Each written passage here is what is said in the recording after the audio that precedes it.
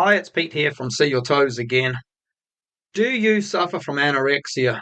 Do you suffer from voices? Do you suffer from self-harm?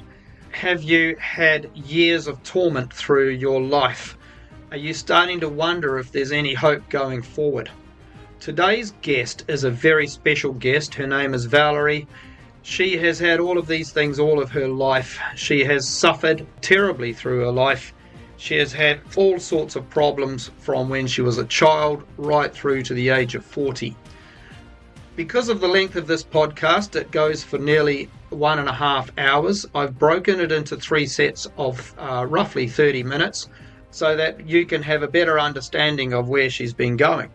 If you have anorexia, if you know someone who has anorexia, if you are in a dark place and are feeling like there's no way out, then this is a podcast to listen to. Thank you very much. Hi, Valerie. How are you? Thank you for turning up. I'm great, Pete. It's lovely to be here. I'm so glad that you invited me on. And I saw from one of your tweets the other day that I'm number 21 on your list. I'm very impressed that you've done 21. You've done 20 podcasts already. I'm impressed with that. Yes, it's been a whirlwind. I did about 6 in 2023. I was just getting started speaking publicly online about what had healed in my life.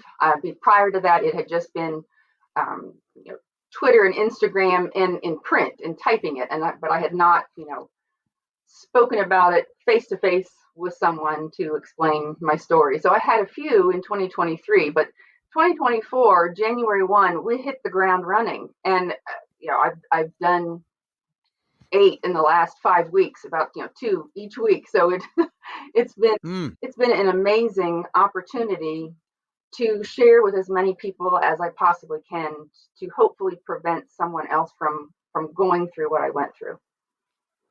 Yeah, and that's from the information I know of your story. It's why I was so pleased to have you join me, because if there are people out there who are suffering as you were suffering, it's so great to be able to hear somebody who has climbed out the other side and made themselves better. So many of these people think that that's it for them, that their chronic illnesses are just, that's it, that's life done, basically. So I was really pleased. So thank you. I was told for many, many years that not only were my mental illnesses permanent, but my physical ones were also. So yes, I have a very tender heart for those that feel hopeless and helpless because they've been told by medical professionals that there's nothing that we can do for you, that there is no cause, there is no cure, this is your lot in life, and you need to accept that. And we know, even in the mental health field, even if someone doesn't have the 6 diagnoses that I had for 40 years, 1 in 4 are diagnosed with depression. What I went through, even if it wasn't as severe as what I went through, anyone who has dealt with depression or anxiety, the root cause healing that I'm going to talk about is the same.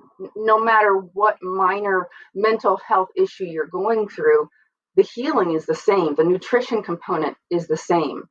So, I think getting our message out about nutrition is just so dire and so important, because we can even impact those that are dealing with a low level depression. They just don't feel good. They just don't want to get out of bed in the morning. Many people have that experience every day. Millions of people have that experience every day. It's everywhere. It really is. It is. It's so prolific. And a lot of people, of course, don't think of it as depression. They just think they're in a bad place. But if they stop and think about it, they've probably been in that bad place for a long time.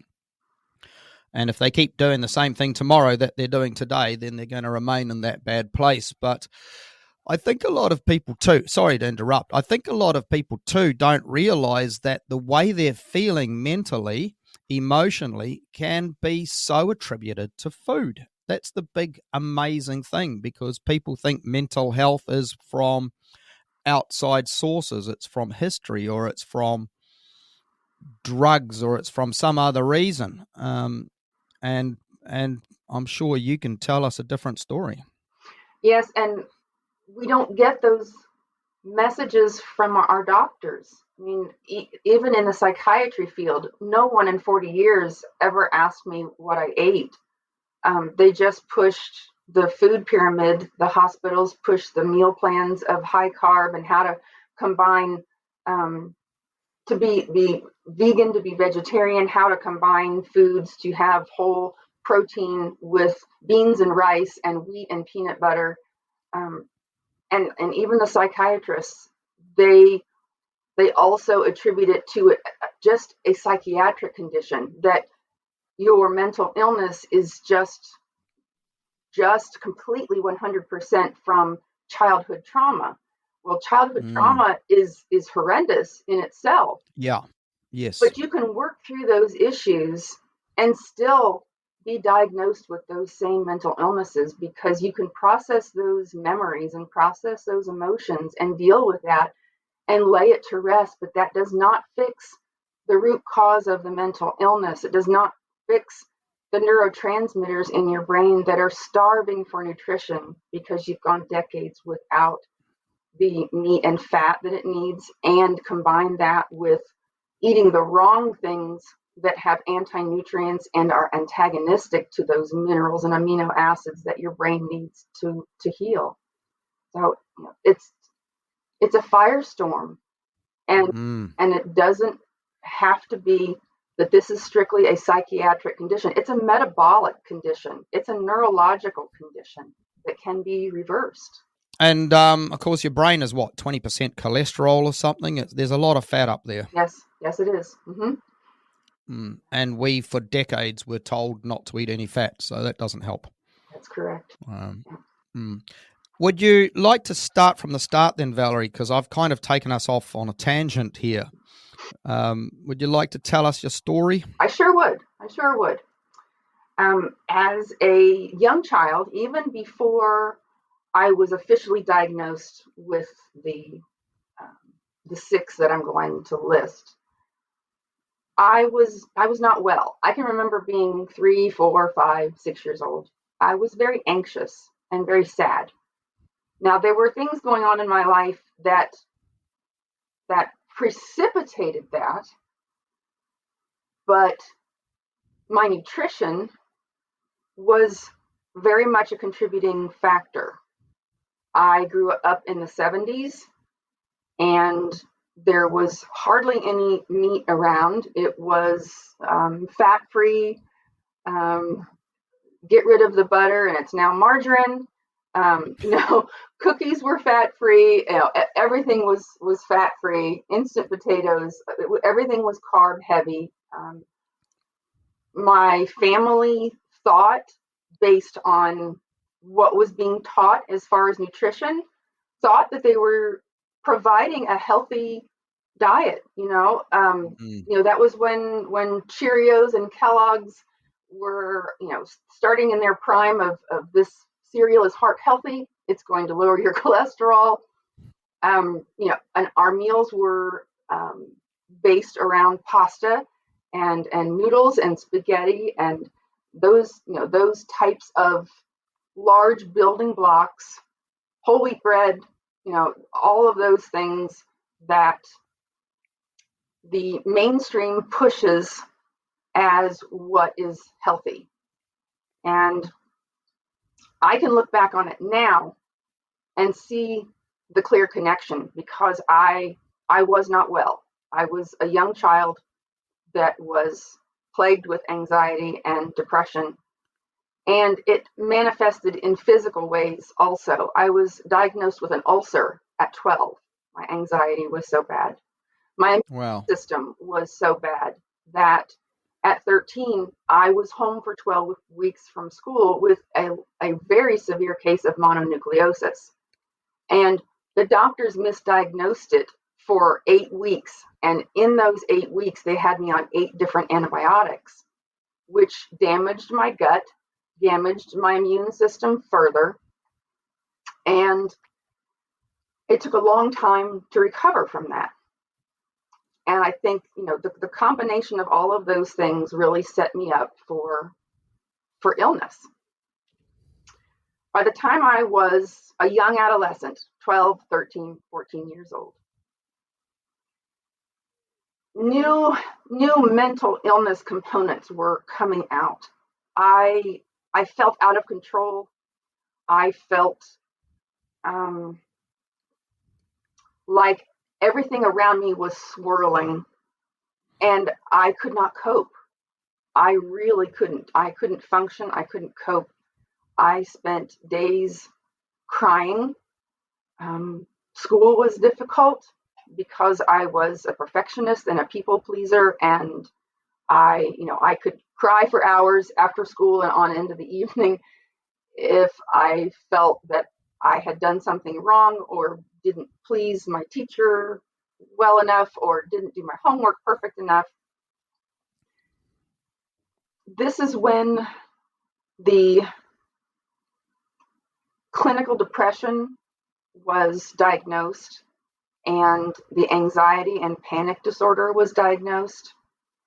And this was when the other diagnoses were added in, and I started my life under traditional treatment and many, many psych medications. So in addition to the depression and the anxiety and the panic disorder, I had also developed OCD. And at that time, it manifested itself as body checking and counting and memorizing calorie books and over exercising with cardio for hours in the day. I had the compulsion. I could not stop what I was doing. I literally could not stop. There was a drive in my brain that was driving me to self-harm, and I could not stop it.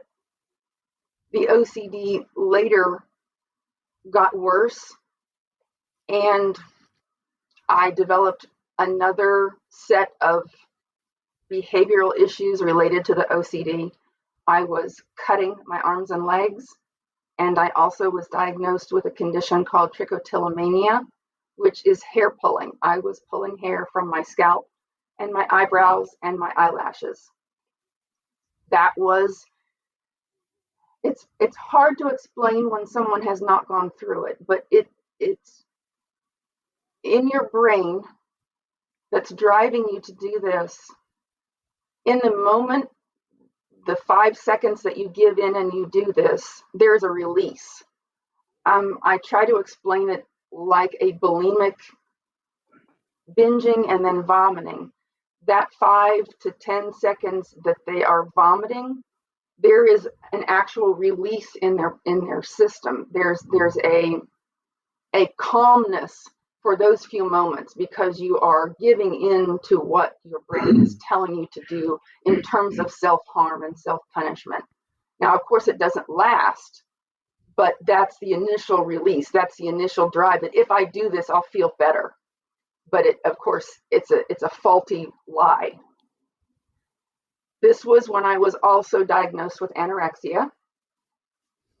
As an adolescent, I reached my height, that what I am now. I'm 5'9", and I was never what you would consider heavy. I'm 5'9", and I was around 130 pounds as a 13, 14-year-old girl.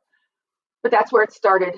That was the other component of self-punishment. And I also was diagnosed with schizoaffective disorder. This is a devastating, tormenting disorder where you hear audible voices in your head 24 hours a day that scream so loud that you cannot drown them out, and the only escape is sleep. So after year of it, you begin to pray to not wake up anymore. These voices for me, was an audible male set of voices that screamed at me not only self-harm, but to harm others, to harm my family. There was a component of paranoia in there that others were going to harm me. It's devastating. And you feel locked in your own head. You feel like you're standing on the sidelines of your life and you can't reach reality. You can't be present with your family and enjoy being alive. It's torture. Mm. My first inpatient experience was at 16. I was, of course, didn't want to go, but I also was out of control and didn't know what to do anymore. My family found an inpatient facility in Ohio. And what I'm going to describe to you, it still goes on today.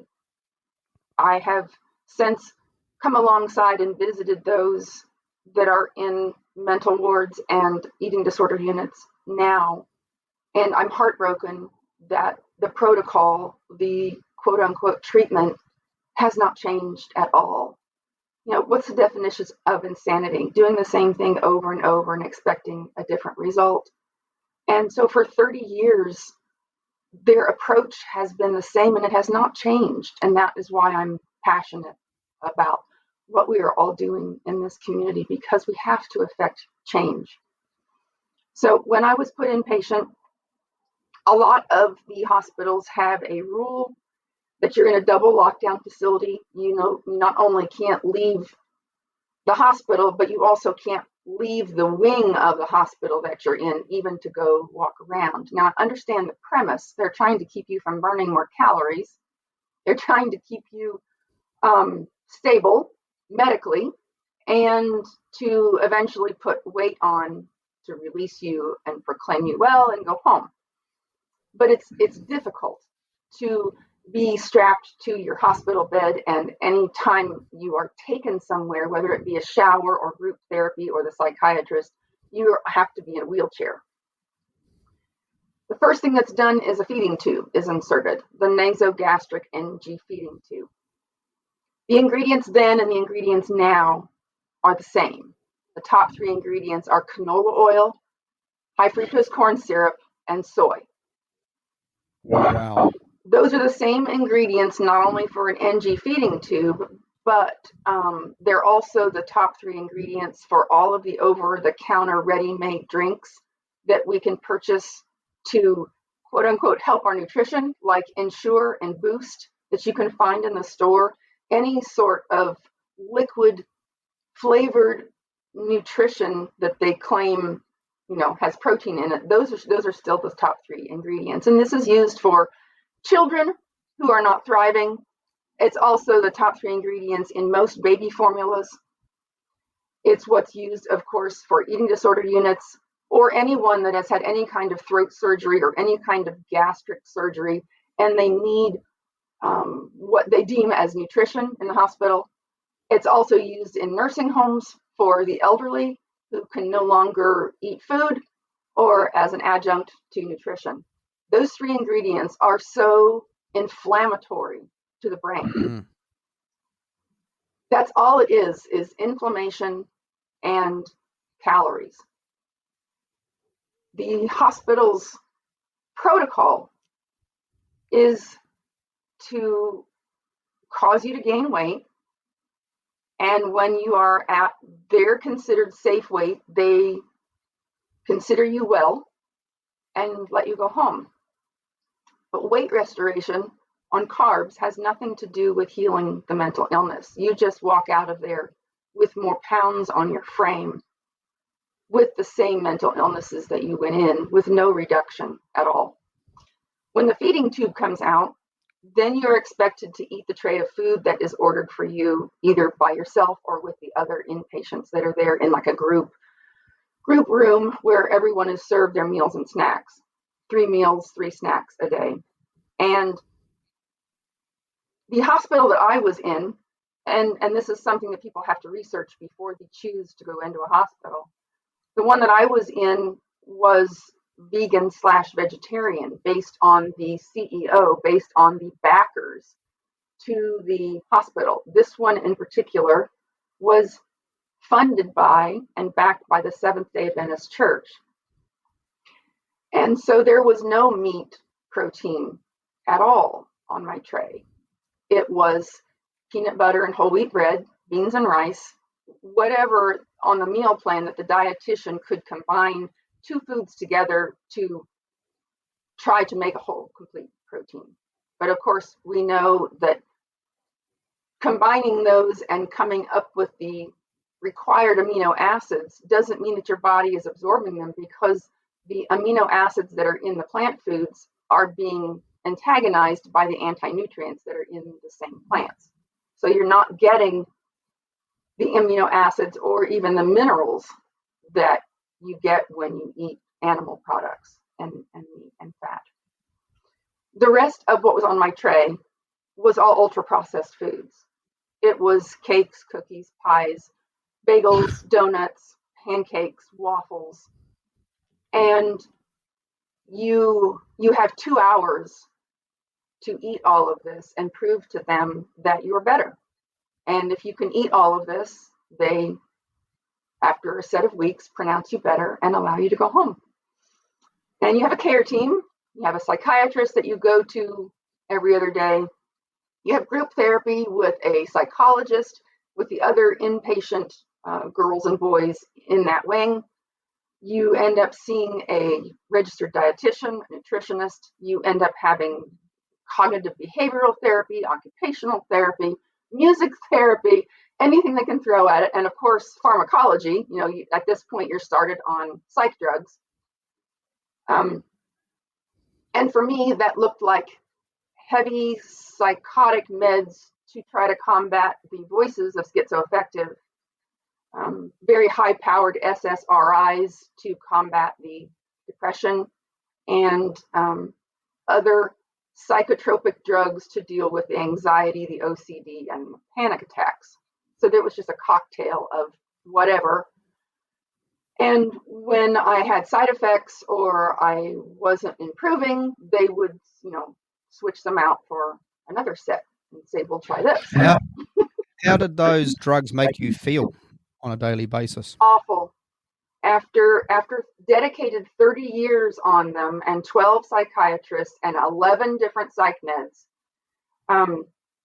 10 years prior to my healing, I titrated myself off of them. I was functioning worse on them than I was without them. I felt flat, that I couldn't feel the deep sadness of the deep depression, but I also couldn't feel joy. I just felt very, very flat. And the medications that were specifically supposed to target the voices made me a zombie. They were so sedating that I could not function.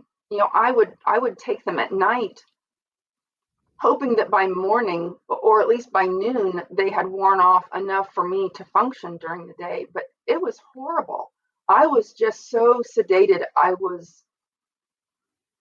And it did nothing for the voices. So it made me feel like my body was completely like a wet noodle. I couldn't move. I couldn't walk and move myself in the house and drive and feel productive. I was a zombie and just staring off into space on the couch, feeling like I was trapped in my own body and in my own mind. And all the while, the voices still screamed at me just as intense. So it made it worse. The drugs made it worse.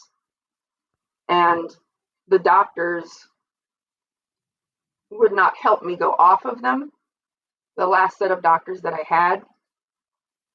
So I had to find and research titrating protocols that others had used to try to wean myself off of these with the least amount of detox side effects. It took me about 3 years to get off of them and feel like a human again. Mm. Yeah. So when I was let out of the hospital that first time, nothing was better.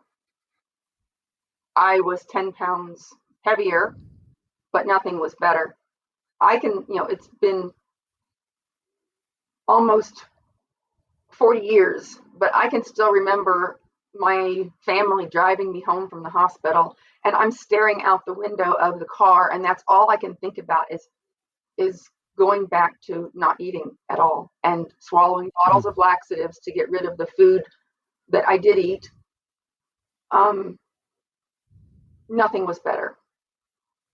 I continued on with therapy. That care team that took care of me in the hospital became who I went to see on a weekly or bi-weekly basis as a teenager. Eventually, that care team pronounced me treatment resistant, and those relationships were severed. And so I was on a quest with my family to find a new care team. Over the course of those 40 years, I had 12 different psychiatrists who were connected with different hospitals and had their own team to care for me.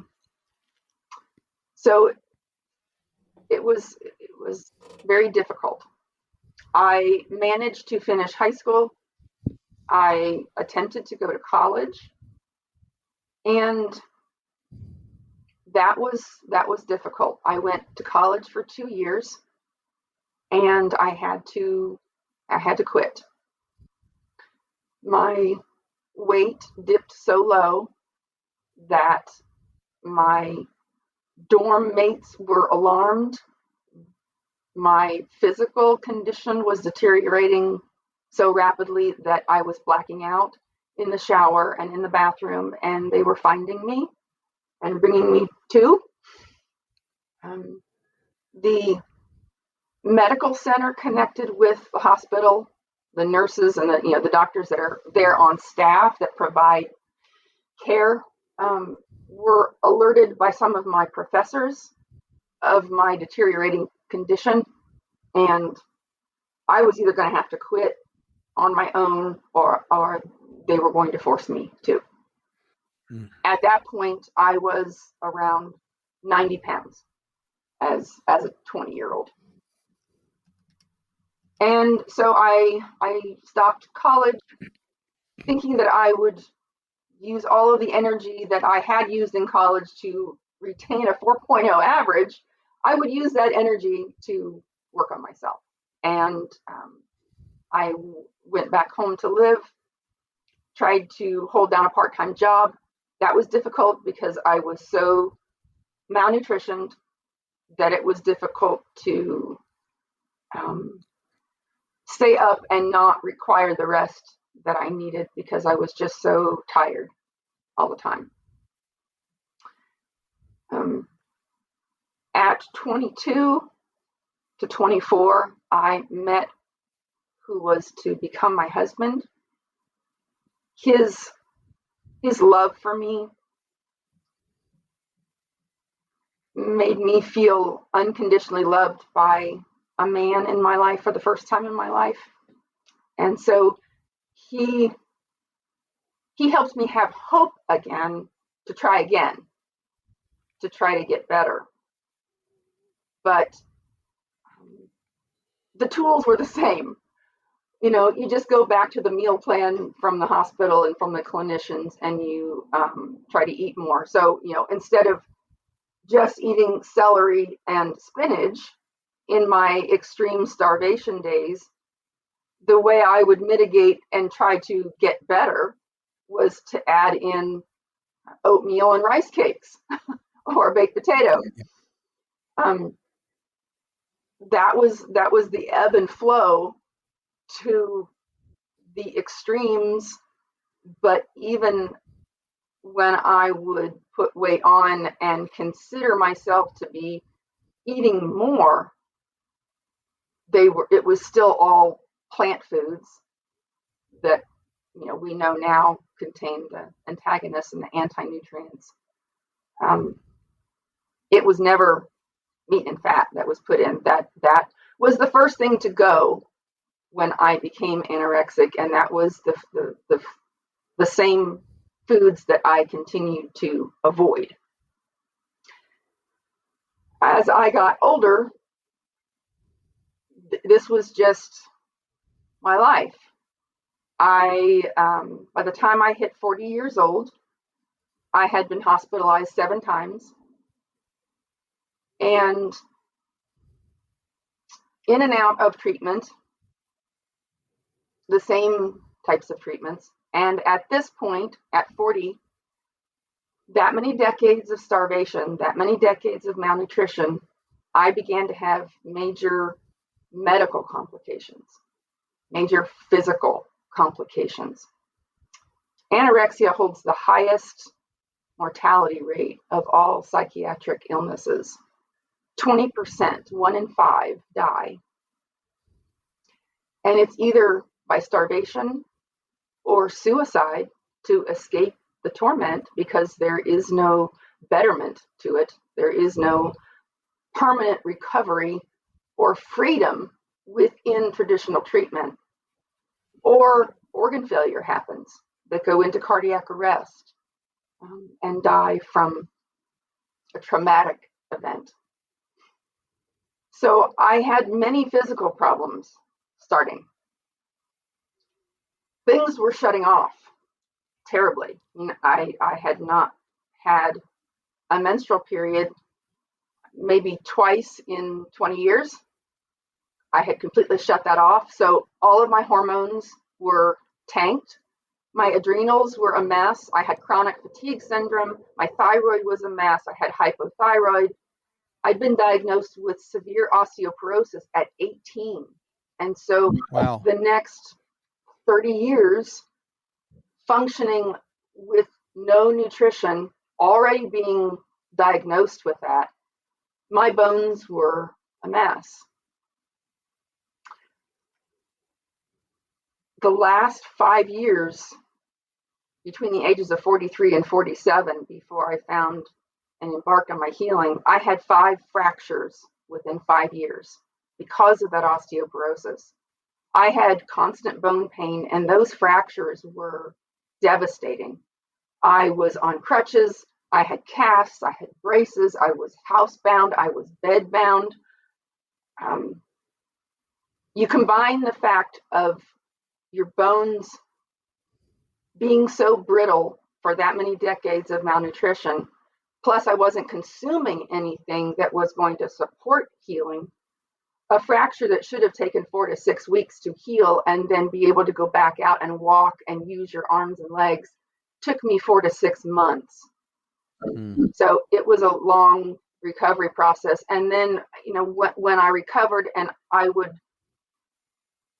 live a little again in terms of walking or exercising, I would just snap something again. It wasn't trauma. It was over exercising, power walking. I would power walk and snap a bone. I would lose my balance at home and fall on carpet just from standing position and break my wrist. So it wasn't trauma. It was just everyday activities. And given the fact that most people don't know that your bone is 50% protein, if you are not consuming protein in abundance, there is no building blocks to rebuild that bone. You just continue to deplete your bones year after year after year. So that's part 1 of the story with Valerie. We do have part 2 and part 3 coming up in other podcasts and separate podcasts. And I hope you tune in. The best way to do that, if you can, subscribe. I'd love to have you subscribe with me. We also have other people, other guests coming on in the future who will talk about similar subjects, including mental health and physical health. So I'd love to have you on board. Okay, goodbye.